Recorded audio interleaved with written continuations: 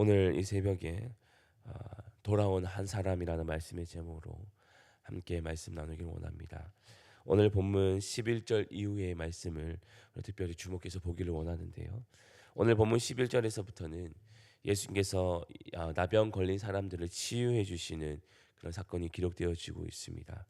11절은 먼저 예수님이 어디로 향하고 있는지 그 이야기를 하고 있는데 예루살렘으로 향하고 있다라는 이야기를 먼저 말하고 있습니다. 이 이야기가 왜 필요했을까? 좀 의도적으로 기록된 부분이 아닌가 싶습니다. 예루살렘은 우리가 잘 알고 있듯이 하나님을 예배하는 처소가 있는 그런 공간입니다. 또한 그곳에는 종교적 기득권을 가진 사람들이 있는 곳이 바로 예루살렘입니다. 종교적 기득권을 가진 사람이 누구입니까? 바로 유대인들입니다. 유대인들은 선미 사상으로 자기가 하나님의 백성으로서 선택받았다라는 그 종교적 우월성을 가지고 있던 그런 사람들이었습니다. 그들은 예수님의 그 말씀보다는 이미 자신들이 택한 자신의 혈통으로 자신은 아브라함의 자손이다라는 그것을 앞세우며 살았던 사람들이 유대인들이었습니다. 오늘 예수님은 오늘 그들에게 참된 진리를 가르치러 가시는 길, 예루살렘으로 그 발걸음을 향하고 있는 그런 중에 있었습니다.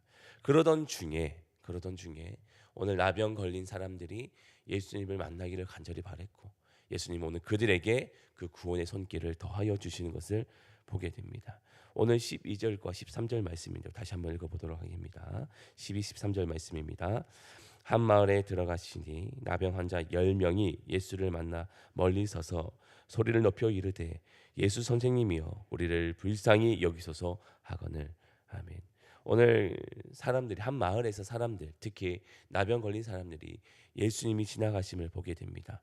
그들은 단번에 그가 누구이신지를 알아봅니다. 그리고 멀리 서서 예수님을 향해서 말합니다. 예수님 우리를 불쌍히 여겨달라고. 예수 선생님이여 우리를 불쌍히 여겨달라고 말하고 있습니다. 오늘 그들의 간절함이 표현되어 있는데 특별히 오늘 그 표현 중에서 멀리 서서라는 그 단어가 참 오늘 그들의 상태를 잘 보여주고 있습니다. 멀리 서서라는 그 표현은 가까이 할 수 없음을 잘 표현하는 표현인데 그들은 나병 환자로서 사람들과 가까이 할 수 없는 그런 상태였습니다. 당시 나병 환자들은 부정 환자로 여겨서 그 공동체 무리 속에서 함께 있을 수가 없었습니다. 그래서 떨어진 곳에서 격리되어 살아가야만 했던 사람들이 오늘 나병 환자였습니다. 그들은 육체적인 질병을 통해서도 아픔과 고통이 있었습니다. 뿐만 아니라 멀리 서서라는 그 표현 속에서는 오늘 세상과의 거리, 세상과의 완전한 단절을 의미하는 고립되어져 있는 자신의 상태를 잘 표현하기도 합니다. 그들은 육체적으로도 사람들과 격리되어져 떨어져 있었지만 그러는 그들은 마음과 또 사람들의 향한 그 마음들이 멀리 떨어져 있는 소외되어져 있다라는 표현이 오늘 멀리 서서라는 표현이 아닌가 싶습니다. 그런 그들이 할 수 있는 거라고 오늘 길을 지나가시는 그 예수님을 향해서 자신을 잘 돌보아 달라고 자신을 주목해 달라고 자신을 향하여서 구원의 손길을 더하여 달라는 큰 소리치는 것밖에 그들이 할 수가 없었습니다.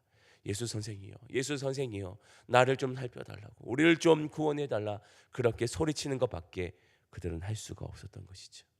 그런 그들의 부르짖음과 그들을 향하여서 외쳐지는 그 소리 앞에 예수님은 14절에 이렇게 반응합니다. 보시고 이르시되 가서 제사장들에게 너희 몸을 보이라 하셨더니 그들이 가다가 깨끗함을 받은지라 라고 말합니다. 예수님은 오늘 그들의 부르짖음을 외면하지 않으셨습니다. 그들이 간절히 찾고자 세상과 단절되어져 있는 그들의 그 부르짖음 앞에 예수님은 반응하셨습니다. 그들에게 무엇이라 말씀하시냐면 제사장에게 그 몸을 보이라 말씀합니다. 왜 제사장이 그들의 몸을 보이라고 하셨을까요? 나병 환자들이 마지막 최종적으로 그 질병이 나음을 검증받는 것이 제사장이었습니다. 나병이 들었을 때도 제사장에게 그 몸을 보이고 격리를 당했다면 일정 기간 그 병이 다 나았을 때도 최종적으로 그 몸을 점검받는 것도 제사장이었습니다. 제사장은 그들의 몸을 하나하나 살피어 그들이 병들었던 그 나병한 부분들을 살피고 더 이상 그 전염병이 없는 것 같다면 다시 공동체로 들어올 수 있도록 허락해 줍니다. 그래서 오늘 제사장에게 그 몸을 보이라 하는 것은 오늘 예수님이 이미 그들이 그 병에서 자유함을 얻었다. 그 질병이 나았다라는 것을 선포해 주시는 말씀입니다.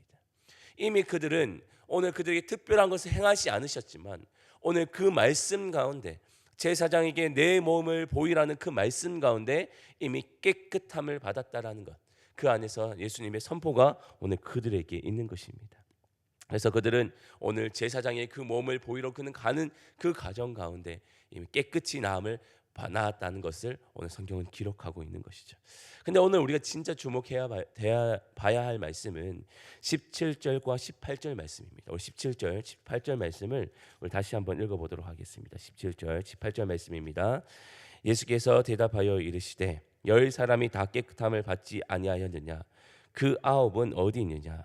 이 이방인 외에는 하나님께 영광을 돌리러 돌아오는 자가 없느냐 하시고. 아멘.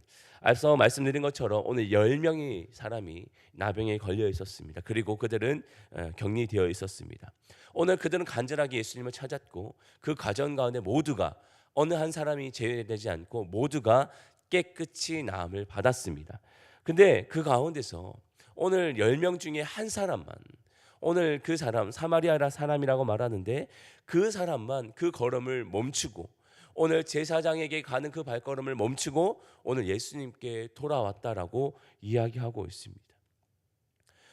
왜 오늘 오늘 이 사마리아 사람만 오늘 예수님께 돌아왔느냐? 사실 생각해 보면 그 아홉의 마음도 정말 좀 이해가 됩니다. 오랜 기간 동안에 소외당했던 그 마음들, 다시금 공동체로 돌아가고 싶고 자신의 가족을 만나고 싶은 그 간절한 마음이 깨끗함을 나았으니 더 간절함으로 그 발걸음 나가지 않았을까요? 그래서 제사장이 그 몸을 가는 보이려는 그 마음들이 더 컸을 거라고 생각합니다.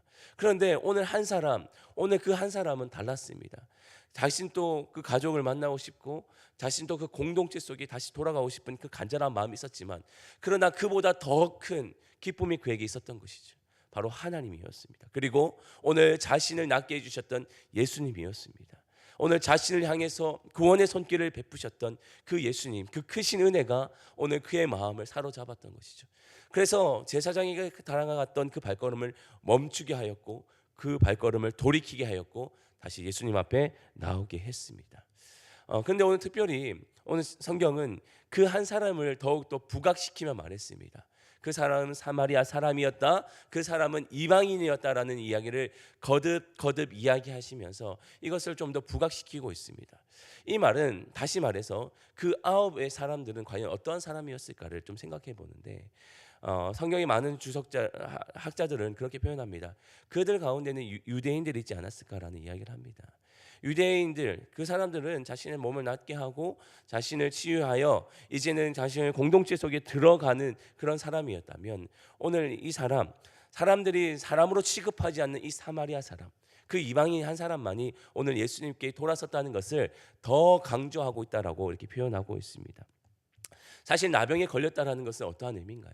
그것은 단순하게 몸에 질병이 걸렸다는 것이 아니라 모두가 죄 아래 있다는 것을 잘 표현해 주는 표현이었습니다. 모두가 너나 나나 할 것 없이 우리 모두는 허물이 있는 사람, 죄가 있는 사람이라는 것을 잘 표현해 주는 것이 이 나병에 걸렸다라는 표현이었습니다. 그런 그들 앞에서 오늘 하나님 앞에서 그들 모두는 죄인이었고 그들은 허물이 있는 사람이었고 은혜가 필요한 사람이었다는 것을 잘 말해 주는 표현이 오늘 그 말씀이었습니다. 오늘 근데 그런 인생들 가운데 하나님의 은혜가 임했던 것이죠. 근데 그런 은혜를 덧입었던 사람 중에 오늘 단 한 사람, 사마리아 사람만 그렇게 돌아왔던 것입니다. 모두가 혐오했던 그 사람만 오늘 예수님 앞에 돌아왔습니다.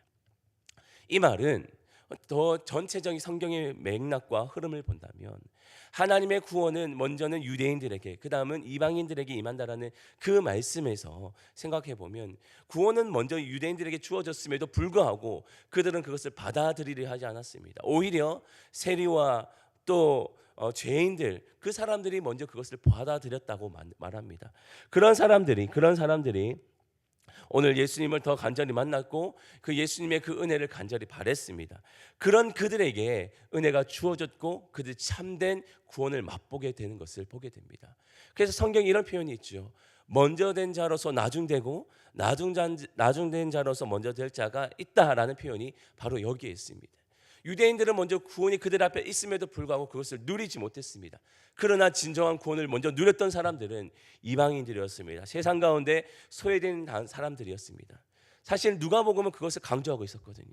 누가복음의 그 대상자들은 세상에 소외당하는 사람들, 연약한 사람들, 오늘 유대인들과 차별된 그런 사람들, 그런 사람들을 향해서 주어졌던 복음이었습니다. 그래서 오늘 복음서에서는 그것을 더 강조하고 있습니다. 오늘 사마리아 그 사람 한 사람만이, 오늘 그 이방인만이 예수님께 돌아왔다라는 표현을 그렇게 하고 있는 것입니다. 오늘 그런 그에게 어떠한 일들이 주어지냐, 오늘 마지막 한 절을 보고 말씀을 마무리하려고 합니다. 오늘 19절 말씀인데 우리 19절 말씀을 함께 읽겠습니다. 시작. 그에게 이르시되 일어나 가라, 내 믿음이 너를 구원하였느니라 하시더라. 아멘. 오늘 그렇게 주님을 다시 찾아왔던 자, 참된 구원의 진리의 길 앞에 서 있는 그 사람에게 주어졌던 것은 단순히 육체의 질병을 나은 뿐 아니라 참된 구원, 영혼의 구원을 받았다라고 오늘 말씀해 주고 있습니다. 결국 우리에게 필요한 것은 무엇인가요? 오늘 우리 모두에게는 하나님의 은혜가 필요하고 그 은혜가 오늘 우리를 살게 한다라는 것, 그것이 오늘 우리를 참된 구원의 길로 인도하여 주신다는 것을 잘 말해주는 말씀이 아닌가 싶습니다. 그래서 오늘 우리의 마음 가운데도 이 말씀을 좀 잘 기억했으면 좋겠습니다. 때로는 우리도 오늘 유대인들과 같이 자신의 삶 가운데 종교적 기득권에 있다라고 생각할 때가 있어요. 거기에 안주할 때도 있고 안일하게 생각할 때가 있습니다. 그러나 성경은 그것을 우리에게 말하는 것이 아니에요. 너희가 가졌던 그것을 자랑하라 말하는 것이 아니에요. 우리에게 말하고 있는 것은 날마다 하나님의 은혜 앞에 서라고 말씀하고 있고, 그 은혜가 오늘 우리를 살게 한다는 것. 그래서 우리가 날마다 예수님 앞에, 예수님을 위해 살아가야 된다는 것을 우리에게 말씀하고 있습니다. 그래서 우리도 오늘 종교의 그런 것에 기득권에 취해 있는 것이 아니라 날마다 우리를 새롭게 하시고 우리에게 구원을 더해 주셨던 하나님의 그 은혜를 날마다 상기하고 그 말씀을 붙들며 살아갈 수 있는, 그래서 이 한날 가운데 지금 또 우리의 삶 가운데 은혜를 더하여 주시는 하나님의 손길을 날마다 바라보면서 오늘 예수님 앞에 돌아왔던 그 한 사람, 그 이방인, 그 사마리아 사람과 같이 하나님을 날마다 찾을 수 있는 우리 모두가 될 수 있기를 주님의 이름으로 축원합니다. 아멘. 기도하겠습니다. 하나님 감사합니다. 오늘 주시는 말씀을 통하여서 과연 정말 하나님의 은혜를 덧입는 사람은 어떠한 삶인지를 다시 한번 돌아봅니다. 우리는 단순히 나타나는 그 일들 앞에 거기에 기뻐, 거기에 취하여 하나님의 은혜를 잊어버릴 때가 있는 듯합니다. 우리에게 구원을 베푸신 이가 누구인지를 잊어버릴 때가 있는 듯합니다. 하나님, 오늘 우리에게 은혜를 베푸신 이가 누구인지를 기억하게 하시고 날마다 그 하나님을 찾게 하시고 그 하나님을 만나게 하시고 삶 가운데서 다시 한번 우리의 은혜를 더욱더 사모하며 살아갈 수 있도록 인도하여 주옵소서. 하나님, 우리의 마음 가운데 정말 종교의 그 기득권에 취해 있지 않게 하시고 늘 우리의 마음을 새롭게 하여 하나님을 바라보고 하나님을 찾고 하나님을 구할 수 있는 우리 모두가 될 수 있도록 인도하여 주옵소서. 감사드리오며 예수님의 이름으로 기도합니다. 아멘.